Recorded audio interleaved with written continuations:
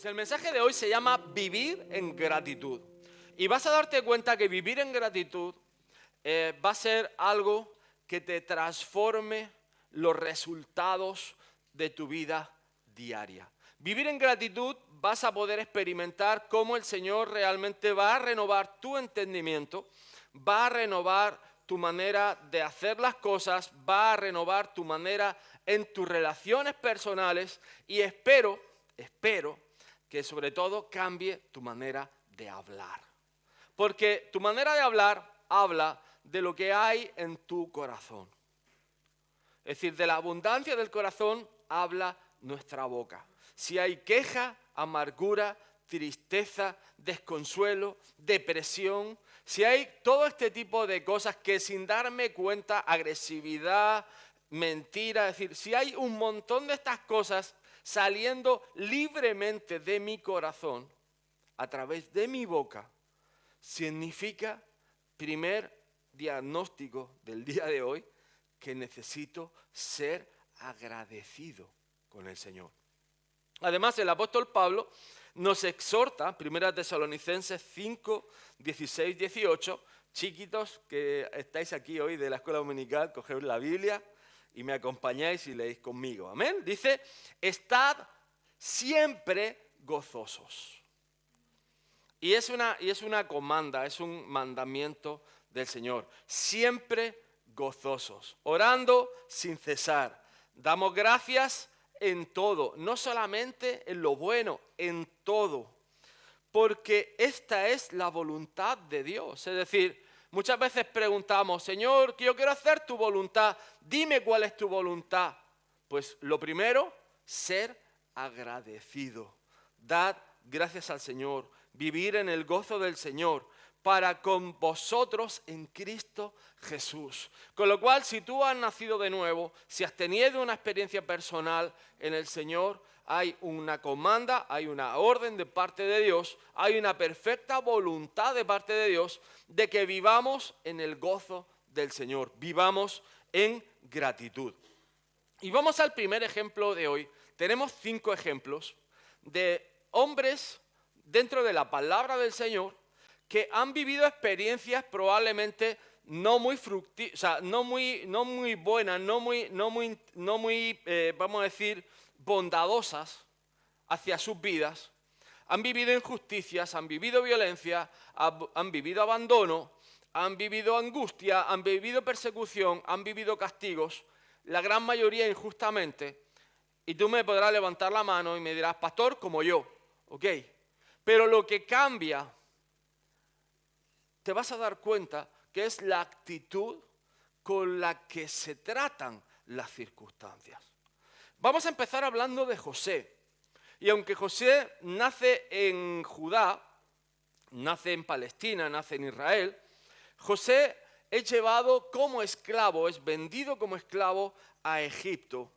Y concretamente José está sirviendo en casa de Potifar. Hay que darse cuenta de lo que dice el versículo en Génesis 39:3, dice, y vio su amo que Jehová estaba con él, y todo lo que él hacía, Jehová lo hacía prosperar en su mano. Es decir, hay una actitud de gratitud, que ahora la vamos a ver en la vida de José, que lo hacía prosperar en todo lo que él emprendía. Es decir, cosa que José emprendía, Dios la prosperaba. Hacía que fuera bien, que tuviera éxito y era reconocido a la vista. Es decir, José no tenía que autoproclamarse como gestor o administrador de la casa de Potifar. Es decir, Potifar se daba cuenta que la gracia y el favor de Dios estaban sobre la vida de José. Había varias cosas que son reconocibles. Lo primero es que Dios honra a los que le honran. Y la honra estaba presente en la vida de José. José era honrado y reconocido como un siervo de Dios, un varón temeroso de Dios, que al mismo tiempo daba fruto. Una cosa muy importante que también está en la vida de José a través de toda su vida es cómo llevaba la administración. Y esto es muy importante, es decir, cómo administramos nuestra vida, nuestros recursos, nuestro tiempo, cómo administramos nuestra casa. Porque al final, si te das cuenta, José empieza en la casa de Potifar. Y cómo administramos nuestros asuntos domésticos es capital, es clave en ser fructífero. Al mismo tiempo, tenemos como Dios le da gracia a José. Es decir, Dios derrama de su gracia con los hombres y los hombres bendicen la vida de José. Al mismo tiempo, vemos la santidad y la integridad con la que José se maneja y se manejó en su día a día en la casa de Potifar. Al mismo tiempo, como consecuencia, tenemos que la casa prospera. Es decir, no solamente prospera José en su posición, sino que José es usado para bendecir a Potifar. Es decir, donde estamos, en la empresa que estemos, en el negocio que estemos, va a ser bendecido porque tú estás ahí. Es decir, vas a hacer prosperar el lugar donde estás. Y eso es algo maravilloso. Y hay algo muy interesante que quiero expandir como concepto. Obediencia basada en gratitud. La obediencia basada en gratitud es un concepto que yo creo que no se ha enseñado mucho, pero debido a que estoy agradecido con Dios, voy a poner por obra todo lo que Dios me diga. Y ese principio, obediencia basada en gratitud, puedes aplicarlo a cualquier área en tu vida personal. Si eres un niño, debes de estar agradecido de que tienes un maestro que te está enseñando, porque eso te va a ayudar cuando seas mayor, te va a dar un oficio, te va a dar una formación y te va a dar un conocimiento. Si yo estoy agradecido, me voy a portar bien porque sé que debo de darle gracias a mi maestro. Si tengo un jefe, sé que tengo que hacer todo lo que él me pida porque debo de estar agradecido que tomó el riesgo, que hizo la inversión, que hizo lo necesario para que yo pueda tener un salario. Con lo cual, mi obligación no es decirle lo que tiene que hacer, mi obligación es obedecerle. Y si nos venimos a la iglesia, debo de tener gratitud con la casa que tengo y estar dispuesto a obedecer todo lo que diga mi pastor. ¿Por qué? Porque estoy agradecido con la casa que Dios me ha dado. Y si me preguntas, ¿no cuestionas a Pastor Jan? No, no lo cuestiono. Tampoco lo hacíamos con Pastor Bailey. ¿Por qué? Porque hay una confianza, hay una seguridad que sabemos que son hombres de Dios, que buscan a Dios y que su consejo es certero. Y el temor de Dios está presente y sabemos que en ellos podemos confiar. Son personas confiables. Tú me dirás, yo no me fío de nadie. Pues es algo que tendrás que romper. Tendrás que romper en tu carácter, tendrás que romper en tu persona, porque créeme, hay personas de Dios en las cuales podían confiar. Te pongo el ejemplo, ¿podían confiar en Moisés? La respuesta es que sí. Eso no significa que todo lo que decía Moisés agradaba al pueblo. ¿Podían confiar en Jeremías? Podían confiar en Jeremías. ¿Podían confiar en Daniel? Podían confiar en Daniel. ¿Podían confiar en tantos líderes que Dios había puesto en la nación? Sí, eso no significa que no se cuestionaran, pero que se podía confiar, porque eran hombres de Dios, temerosos de Dios. Y esto es algo de verdad que es un hándicap dentro de la iglesia, que nos hagamos personas confiables. No solo el pastor, sino que tú te hagas una persona confiable. Y eso va a tomar tiempo, esto va a ser algo que tienes que trabajar a través de tu testimonio y que lleva consigo trayectoria. Es decir, una persona que va haciendo altibajos va a ser una persona que emocionalmente va a ser inestable y al mismo tiempo de la cual no te puedes confiar. Una persona confiable, sabes que salió aquí y que va allí y este es su camino. Y sabes dónde está. Y si no le preguntas, y sabes dónde está. Tú imagínate preguntándole a Moisés, Moisés, ¿a dónde vamos? A la tierra prometida. Confiable, sabe dónde va. Toma tiempo, pero era confiable. Ahora, fijaros lo que dice Génesis 39, 7, 9. Dice, aconteció después de esto que la mujer de su amo puso sus ojos en José y dijo, duerme conmigo, y él no quiso. Y dijo a la mujer de su amo, he aquí que mi señor no se preocupa conmigo de lo que hay en su casa, y ha puesto en mi mano todo lo que tiene. No hay otro mayor que yo en esta casa, y ninguna cosa me ha reservado sino a ti, por cuanto tú eres su mujer. ¿Cómo pues yo haría este grande mal y pecaría contra Dios? Fijaros qué cosa tremenda, es decir, la confiabilidad de José era incuestionable. Primeramente para con su amo y segundamente para con Dios. Porque pecar contra su amo era pecar contra Dios. Y este es un principio igualmente que creo que es necesario y debemos aplicar. Hemos empezado, me he adelantado hablando un poco de Moisés, pero ahora vamos a ver la vida de Moisés. Y vamos a verla desde la localización del Mar Rojo. Y el Éxodo 15:11 dice, ¿quién como tú, oh Jehová, entre los dioses? ¿Quién como tú, magnífico en santidad, terrible en maravillosas hazañas, hacedor de prodigios? Éxodo 15:11. Pongámonos en contexto. Ejército egipcio, los carros del faraón persiguiendo a el pueblo de Israel. Mujeres, niños, ancianos, todo el pueblo andando al unísono. Aproximadamente 3 millones de personas camino hacia el desierto.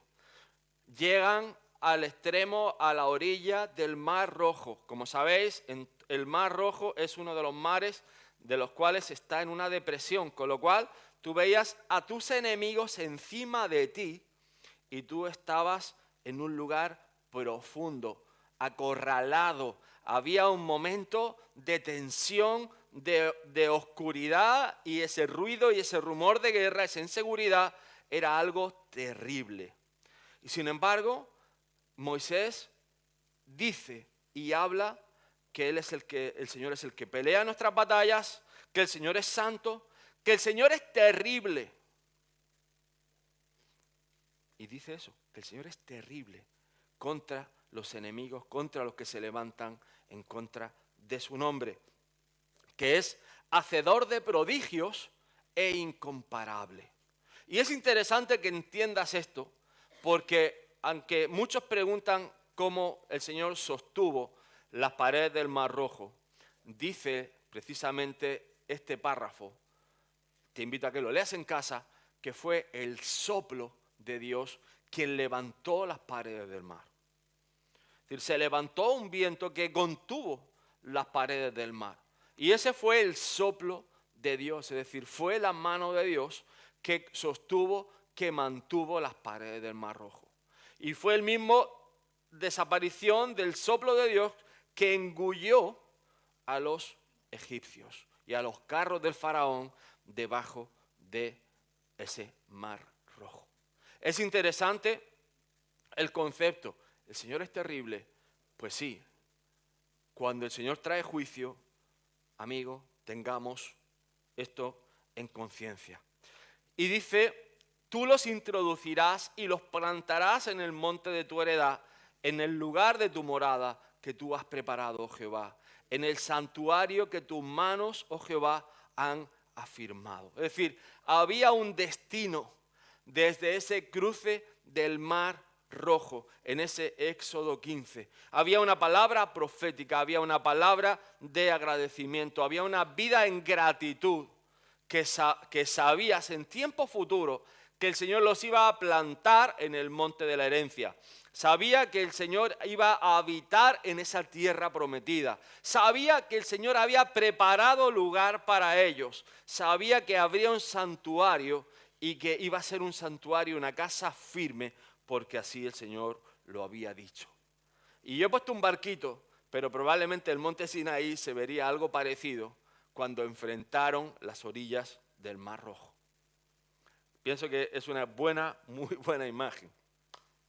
Vámonos a David, tercer ejemplo. David estaba en Palestina, cerca de del territorio de la tribu de Benjamín. Estamos enfrente a Goliat, estamos en la zona sur de Palestina. Estamos con todo el pueblo atemorizado, estamos en una situación de crisis nacional, de miedo nacional. Y sin embargo, David se levanta y dice: bendito sea Jehová, mi roca, quien adiestra mis manos para la batalla y mis dedos para la guerra. Misericordia mía y mi castillo, fortaleza mía y mi libertador, escudo mío en quien he confiado, el que sujeta a mi pueblo debajo de mí. Fijaros que este salmo fue escrito por la batalla de David y Goliat. Y hay muchas cosas, es decir, si te das cuenta, tenemos que el Señor pelea las batallas por nosotros. Tenemos que el Señor es nuestro escudo.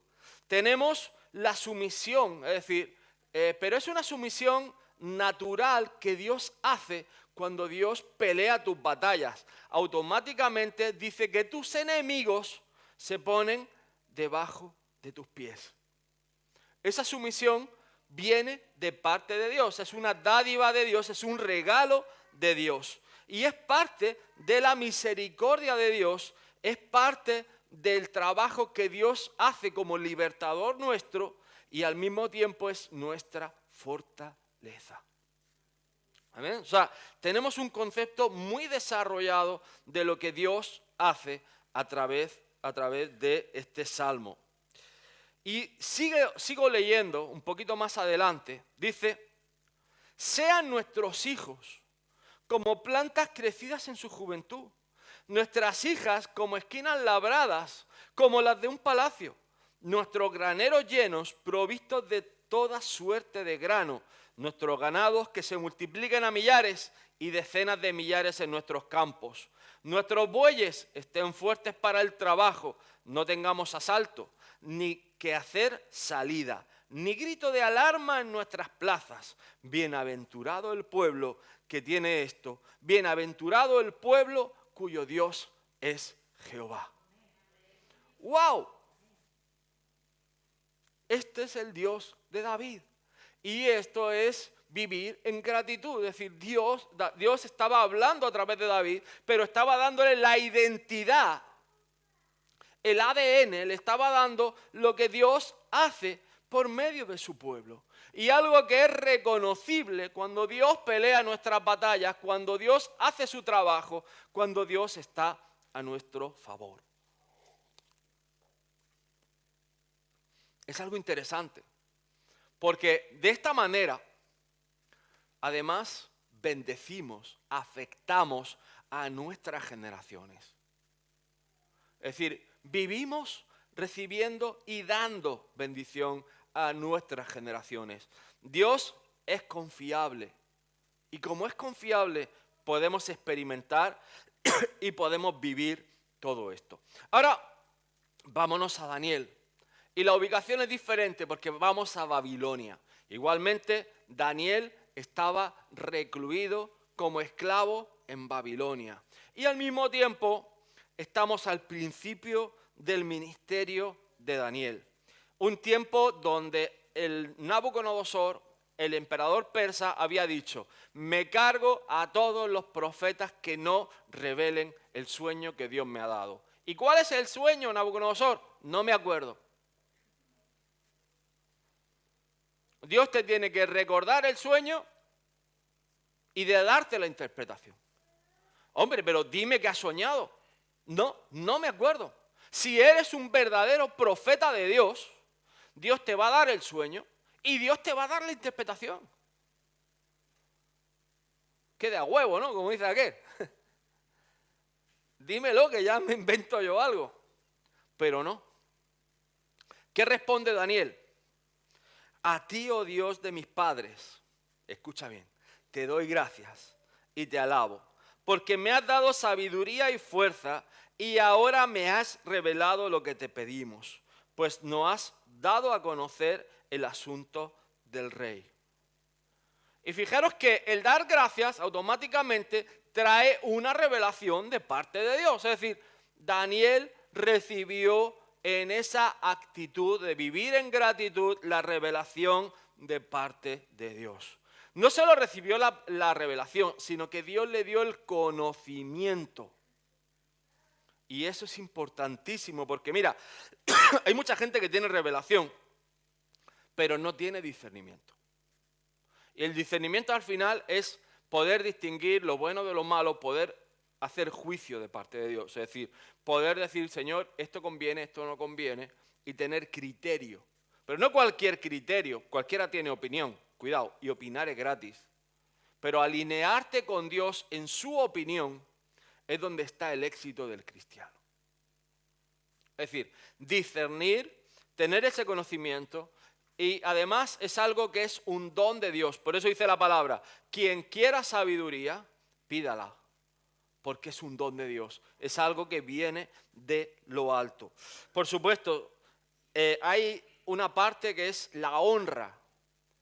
Y es que en todo tiempo Daniel estaba honrando a Nabucodonosor y al mismo tiempo honrando a Dios.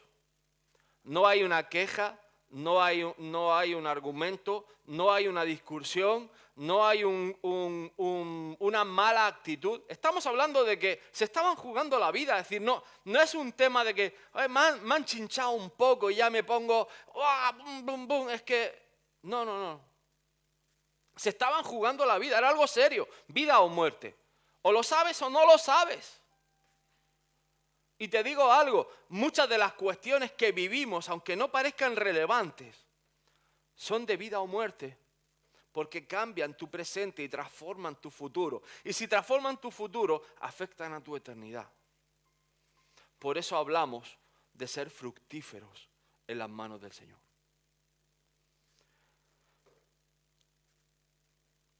Fíjate que más adelante, el capítulo 2, dice lo siguiente, y el rey habló a Daniel, ciertamente el Dios vuestro es Dios de dioses y Señor de los reyes, y el que revela los misterios, que pudiste revelar este misterio. Entonces el rey engrandeció a Daniel y le dio muchos honores y grandes dones, y le hizo gobernador de toda la provincia de Babilonia y jefe supremo de todos los sabios de Babilonia. Y Daniel solicitó del rey y obtuvo que pusiera sobre los negocios de la provincia de Babilonia a Sadrach, Mesach y Abednego, y Daniel estaba en la corte del rey. Fijaros qué tremendo. ¿Os acordáis que hablábamos de José acerca de la administración y acerca de cómo llevar los asuntos domésticos? Pero es que vivir en gratitud afecta la vida cotidiana, es decir, afecta la administración de nuestra casa, afecta nuestras relaciones personales, afecta todo lo relativo a nuestra casa. Y aquí tenemos un ejemplo maravilloso y perfecto. Cambia tu manera de hablar, cambia tu manera de vivir, cambia tu manera de pensar y tu boca empezará a hablar de gratitud. Y la gratitud va a producir cambios hasta en tu economía. La gratitud va a traer cambios en tu familia. La gratitud va a traer cambios en tu trabajo. La gratitud va a traer cambios en tu iglesia. La gratitud va a convertirte en una persona fructífera. Y te voy a dar la clave de esto y vamos terminando. El último ejemplo de hoy es Jesús. Jesús se encontraba en Betania. Lo había llamado Marta y María, porque Lázaro había muerto. Es uno de los pocos textos donde dice que Jesús lloró y donde Jesús fue realmente compungido, conmovido por la situación, porque había perdido a su amigo y porque él estaba realmente muy enlazado, él estaba vinculado con la familia. Es decir, tenía una relación estrecha. Y fijaros lo que dice Jesús. Dice, entonces quitaron la piedra de donde había sido puesto el muerto. Y Jesús, alzando los ojos a lo alto, dijo, Padre, gracias te doy por haberme oído. Fijaros qué interesante. Jesús, siendo Dios, hace un acto de adoración y de reconocimiento al Padre. Gracias, Padre, por haberme oído. ¿Saben lo que ocurre? Que Jesús estaba revelando el corazón del Padre. Y esto es algo precioso. Fijaros que con una acción de gracias revelamos al Padre.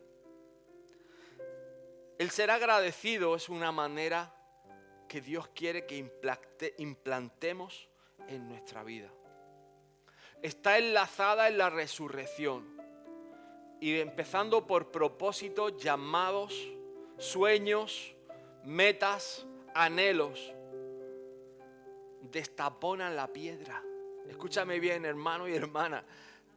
Se remueve la piedra que estaba impidiendo, que estaba bloqueando que ese sueño, que ese llamado, que ese propósito cobrara vida. La piedra se mueve porque ha cambiado nuestra manera de hablar, porque estamos produciendo vida. Y hay algo maravilloso que se llama adoración. Jesús estaba adorando al Padre cuando Él levanta sus ojos y precisamente habla al Señor. Pero da la clave, escúchame bien. Dice, yo sabía que siempre me oyes, pero lo dije por causa de la multitud que está alrededor, para que crean que tú me has enviado. Y habiendo dicho esto, clamó a gran voz diciendo, Lázaro, ven fuera. Y el que había muerto salió, atadas las manos y los pies con vendas y el rostro envuelto en un sudario. Jesús le dijo, desatadle y dejadle ir. Para mí es clave en este mensaje que Jesús nos estaba dando ejemplo para que nuestra gratitud produciera creer. Jesús estaba dando ejemplo que nuestra manera de hablar influencia a otros, resucita muertos, resucita sueños, resucita el presente, cambia, transforma nuestra manera de vivir, nos da fe, nos da entendimiento, nos revela al Padre, mostramos a Dios por medio de nuestra actitud en función de los problemas y de las vicisitudes. Y estamos hablando de un momento de oscuridad, de llanto, de dolor, de angustia, donde Lázaro ya llevaba 3 días muerto y Jesús lo resucita. Jesús lo vuelve de la muerte para vida y para testimonio de muchos, y hace nacer la esperanza del conocimiento del Padre. Lo que Él está haciendo es revelar al Padre a través de su manera de hablar. Podía haber dicho, Lázaro va bien fuera, sin haberle dado gracias al Padre. Pero son importantes los detalles, porque cuando entiendes que la gratitud va primero, que la gratitud produce fe, que el creer viene por obedecer y obedecer la palabra de Dios, ese paso de fe, ese paso de confianza en el Señor, yo creo que lo necesitamos. Lo necesitamos. Esa transformación es necesaria. Porque automáticamente, escúchame bien, y esto no es casualidad, Jesús le dice a sus discípulos, desátenlo y déjenlo ir. ¿Quieres desatar gente? ¿Quieres dar fruto?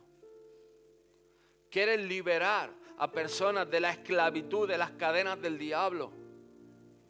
¿Quieres resucitar muertos en vida?